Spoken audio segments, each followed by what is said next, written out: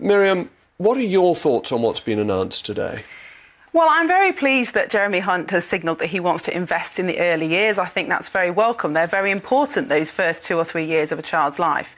But I think fundamentally this is the wrong answer to the wrong question. And you've mentioned rising childcare costs, and it's true, costs to families in all sorts of ways have gone up. But one of the oft-repeated mantras, which the Chancellor himself said today, is that in Britain we have the highest childcare costs in comparable countries. And that's not actually true. Our childcare costs are not particularly higher than anywhere else. The problem is there are a higher proportion of families' net income. And the problem with that is that net income is low because our taxation is so high. And you alluded to this, in your comparison with Hungary, but in many, many other similar countries, families are not taxed or not taxed anywhere near as much as British families because the tax system recognise the importance of and the cost of raising children. So the issue we have in this country is not the cost of childcare, it's how little of income families get to keep.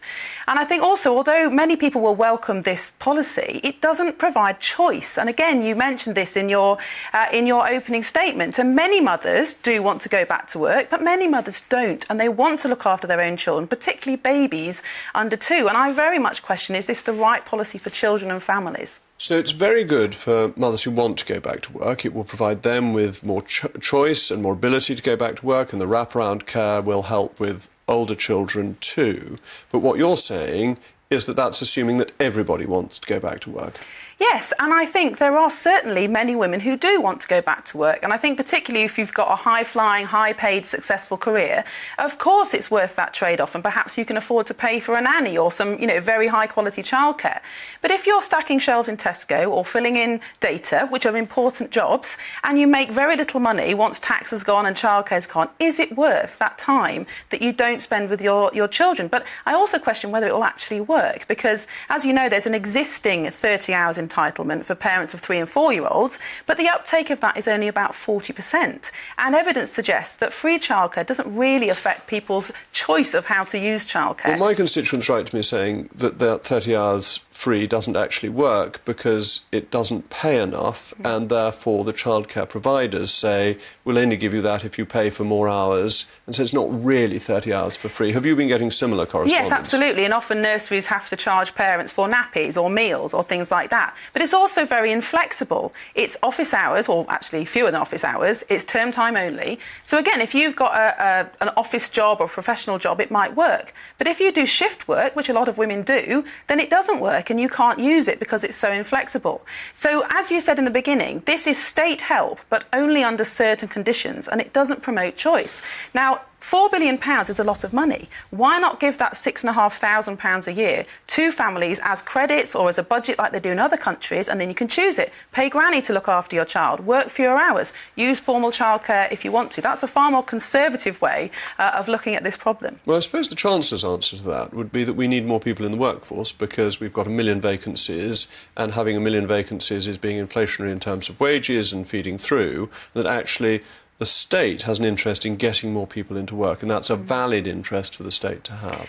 Well, yes, but our problem is actually a productivity one, isn't it? And I think what you see in countries which do send women back to work very early, and the Chancellor used the example of Denmark, is as female participation in the workplace rises, so does your gender pay gap, because as you send more women back to work, you create jobs in childcare and elderly care sectors that unfortunately don't pay very much, but mostly women do. So you create this gender pay gap. But I really question this assumption that women's primary value or mothers' primary value is in the workplace contributing to GDP, because the job of a parent, particularly in those first 2 years of life, is a huge investment to their future success. And I know from the work that I've done with Andrea Leadsom, the early years, the first 1,001 days, the attachment with mum in those first 2 years is so important and has been scientifically proven for later life that I don't think this is the right policy for women or children. Of course women should have the choice, and many women want to go back to work, and that's fine, but it should be a choice. And what's going to happen between now and 2024 when the policy comes in? Because there's a bit of a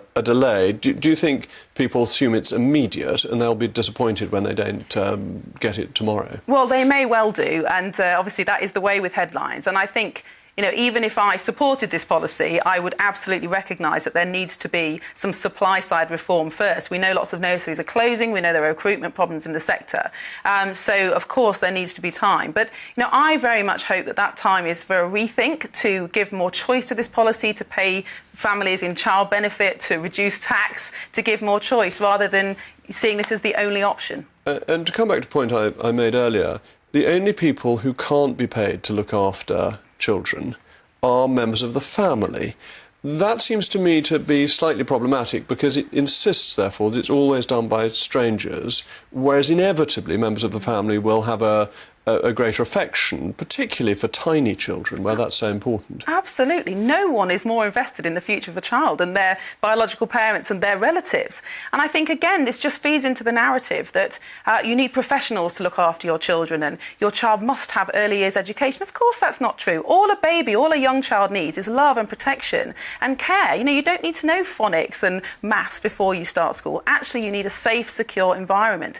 And again, it just feeds into this narrative that the only value of parents is in the workplace, whereas actually the biggest contribution most of us can make to society is by being a good parent with enough time, energy and resource to invest in our children. It's a hard job, as you and I both know, and you can't do that if you're really struggling to spend time with your children.